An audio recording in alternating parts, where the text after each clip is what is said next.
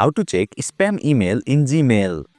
Hey there, welcome to Insightful Tutorials. Do you want to check spam emails in Gmail but don't know how? If yes, then you are in the right video. Without further ado, let's get started. Open Gmail on your device. First and foremost, make sure you are using the correct Google account. If not, tap on the circle with your profile picture at the top right corner. A list of all your Google accounts will pop up. Select and tap on the correct account in order to switch to it. Once you are on the correct account, tap on the hamburger icon at the top. A menu will appear. Scroll down to the end. Under the All Levels section, you will see the option for Spam. Tap on it. From here, you can view all the spam emails in Gmail if you have received any.